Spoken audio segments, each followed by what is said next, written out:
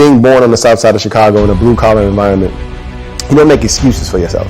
There's no such thing as anyone starts life, behind the start line. I look at myself as equal to everyone that I'm in a room with, and the separation between where I want to go and where I am is my work ethic. So my mindset is always that anybody can be great. I want to be the greatest ever at what I do. So everything I touch, everything I pour my time and talent into, I don't think about being great. I think about how can I be the greatest? And that takes a huge amount of introspection. It takes a huge amount of self-reflection and honesty. And it also takes humility, because you have to ask for help in order to be the great. I refuse for them to get ahead of me, so I stay up when they get up. Like, they may be more talented, they may be smarter, but they won't outwork me, because that's where excellence comes from. It's the small things done well consistently over time. And it's never the smartest, it's the person who runs the hardest and who doesn't quit that wins. And I'm just willing to push myself and break down my own insecurities to build up my confidence and my skill set. I believe desire and will to win is everything. I don't know why I'm like I am, but my butt's always burning. There's always something, say, Art, dadgummit, you're supposed to go for it. Art, dadgummit, you're supposed to be somebody. You're supposed to make a difference with your life. What does the $500,000 a year person do? The $50,000 a year person doesn't do.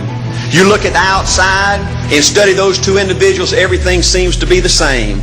They both are the same sex, they both are the same age, they have the same training, the same positions, the same contract, the same fringe benefits. They both are successful, they work hard, they're good family people, make tough commitments.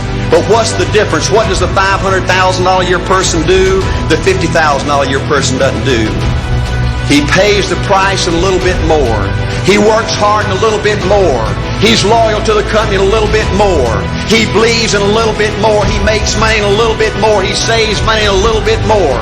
If you want to win in these United States, you got to be tough and you can't quit.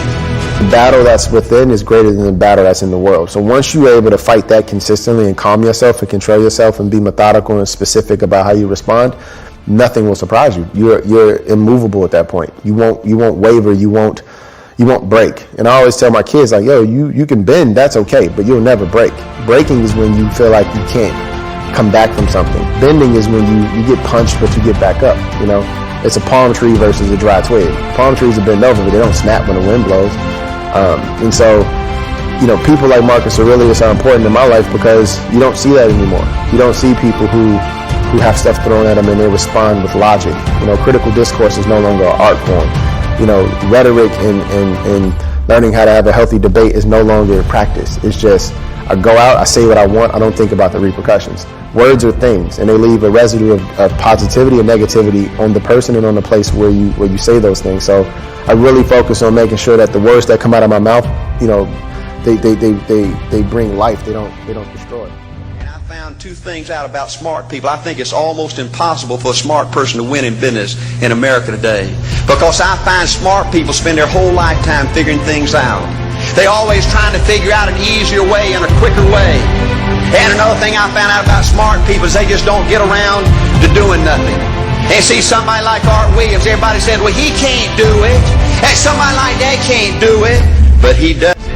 See, folks, I want you to know almost everybody in America almost does enough to win. They almost get there. They almost go over the hump. They almost have it going. They almost, in everything they do, almost is a way of life to almost everybody in America. But the winners do it.